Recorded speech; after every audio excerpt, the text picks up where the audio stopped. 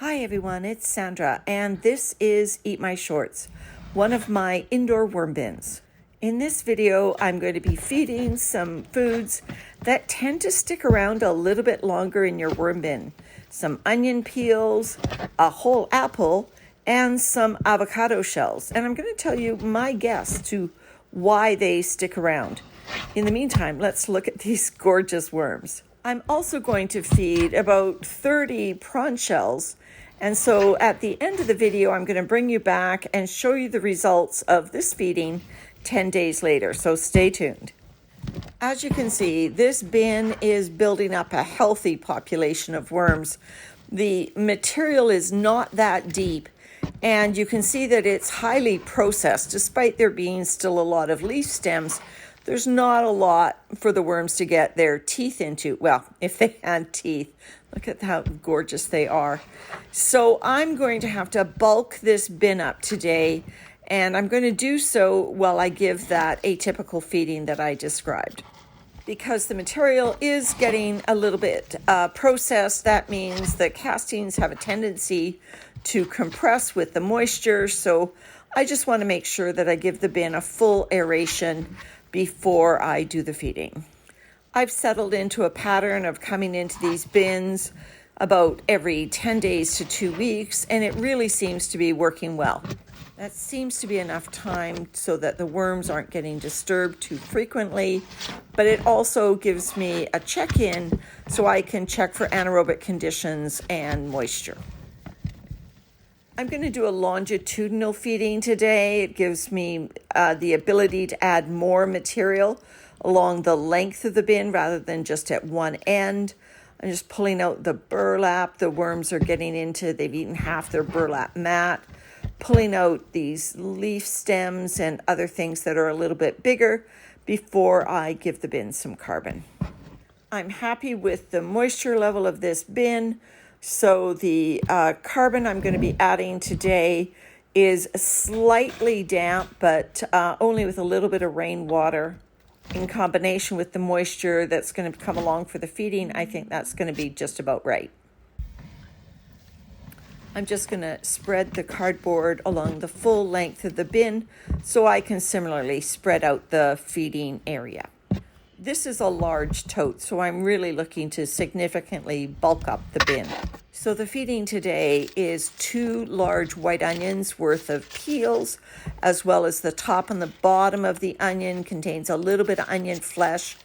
I'm spreading it out as I would do any food, but I know that this will not bother the worms in the slightest. I have a stack of avocado shells, as well as a whole apple that I am going to be including in this feeding. And at the very bottom of this tray are some peels from root vegetables, as well as some tea leaves. None of these foods are particularly fast food for worms, so I'm a little bit worried that the worms won't have enough to eat, especially when the next thing I give them is about 30 prawn shells. Now, Landon and I steam our prawns, and then what we do is we rinse them thoroughly and then bake them so they're crunchy when they go into these worm bins. But I don't know if that's a shrimp or a prawn. Sorry, but there's about 30 of them in here. So I'm going to spread those out all the way along because I think my experience shows that the worms are going to take care of those very quickly. These shells are a great source of chitin, which the worms need, but also my garden needs. So it's great for the garden too. So my theory about why onion peels and even apples are resistant to decomposition in a worm bin is because they contain polyphenols. These are compounds such as quercetin, flavonoids, and anthocyanins that on your vitamin containers are good for our health because they have antimicrobial properties. That makes them resistant for the worms to get into them. By the way, by spreading some of the semi-processed material over this shredded cardboard, I'm actually helping to inoculate the new bedding, and that will help speed along the decomposition of the foods underneath. Avocado shells also contain a lot of polyphenols, which, in addition to the structural barrier of the shell itself, which is impermeable to water, both of those factors make them resistant to deterioration in a worm bin. I'm just going to seal the edges up really well to stop any fungus gnats getting in while that food decomposes. Now, chitin is not a grit, it's a protein. And so I'm going to add some eggshell grit, which also is a pH buffer, before sealing up Eat My Shorts. We'll see you in a few seconds, but it's actually going to be 10 days later. Okay, so here we are. Let's go in and take a look at our feeding. I'm just going to turn the burlap over here and put it on the side we didn't feed, so I can pull the feeding material over on top of the burlap to take a look at what happened to the onion, the avocado shells, the whole apple, and the prawn shells. Here are the stack of avocado shells. Now, they were really well cleaned out. We scooped them out pretty well, but you'll see that the worms are still hanging out. Like I said, they're resistant to moisture penetration, so I think they form a nice little condensation dome for the worms, and they like that. Plus, they can scoop off any avocado remaining on the sides. If you fill the avocado shells with food, this is what happens. You get little avocados, little clusters of worms that keep going round and round in the avocado shells. This guy, however, got cut up on my finger with his little setae clinging to my skin. Just get him off here. Oh, no worms were harmed in this process. I see just a little bit of evidence of the prawn shell, mostly just the hard tails rather than the bodies. My experience is the bodies absorb moisture, become thin and transparent quite readily, but the little orange tails last a little bit longer. Here's our apple that went in whole.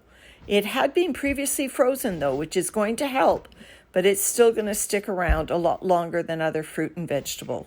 Just another avocado shell, but where are those onions? The decomposition of onions does break down into acidic compounds, which some people may think may repel the worm, but in my opinion, it's actually the antimicrobial components of onions that make them a little bit slower to decompose. Here's my first onion skin, but I know there's a lot more because there were 2 large white onions worth of skin and the tops and the tails that went in here 10 days ago. Have to remember that onions also contain carbohydrates. They have about half as much sugar as apples. So once the worms get into them, they're really going to get into them. And here we go. Here they are. The worms all gathered, on the onion peel that I put in here 10 days ago. Now, the worms aren't decomposing the onion peel yet, but they're certainly not shying away from it either. From my observations, it looks like the worms have eaten the fleshy bits of the onion from the top and the tail of the onion, but the peel is proving more resistant to breakdown. I've got another worm on my finger here. They can really cling to your fingers, which can be a hazard if you're putting your hands between bedding bins, or God forbid you go and wash your hands in the sink without noticing that you have one of these little guys hanging on. There's a little wisp. Just put him safely back down in the bedding. So I think I expressed 10 days ago that I didn't think I fed these worms enough. So I'm going to lather, rinse, repeat, give them hefty bedding and a good feeding. Interestingly, the very first thing I'm going to feed them are these previously frozen banana peels. Now, banana peels also contain a lot of polyphenols. This isn't surprising that the peel of fruits and vegetables are resistant to microbial attack. That shouldn't surprise us, but it does explain why they hang around a worm bin a bit longer. This, however, is some pulverized food that's been previously frozen and that the worms can readily enjoy.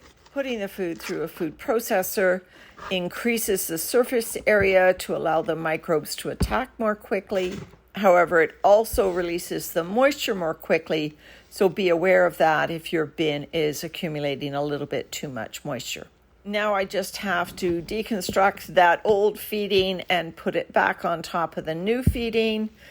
You'll see that, I'm going to work my way down to the burlap mat here. I'll just tuck the food under the bedding and into the feeding area, anything that I think might be prone to critter attack. There go the avocados.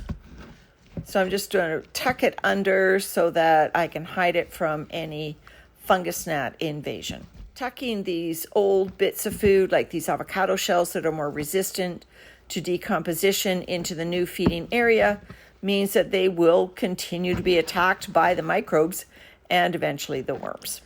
Now that I've done that, then I just have to invert the burlap mat, which I'm going to leave here to cover up the feeding area. So thanks for following along with Eat My Shorts and me and listening to my explanation of how polyphenols can affect the decomposition of food in your worm bins.